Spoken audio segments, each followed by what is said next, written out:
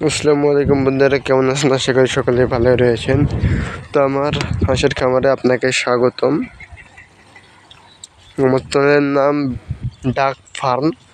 তো এটা আমার প্রথম ভিডিও, যার কারণে হয়তো বা কোয়ালিটিটা একটু খারাপ হচ্ছে। যে সামনের ওদিকে আমার হাঁস রয়েছে, হাঁসগুলো খাচ্ছে।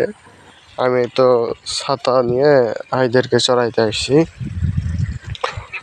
তো আপনারা এরকম 400-500 হাঁস লাগে মাসে এরকম 30-60 হাজার টাকার মতো ইনকাম করতে পারবেন শুধু ডিম বিক্রি করে। এক মাসে 60,000 হলে আপনার বছরে আসতেছে কত?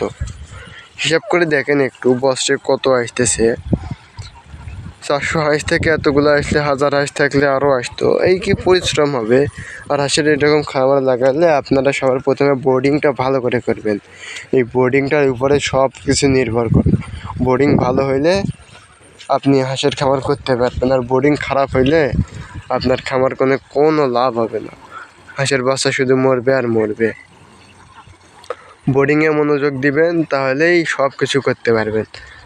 আর এরকম পাতারে নিয়ে আসবেন, তাহলে হবে কি আপনার হাঁসগুলো একটু বাড়বে এবং খামার যে খাদ্য লাগবে ওই খাদ্যটা একটু কম লাগবে।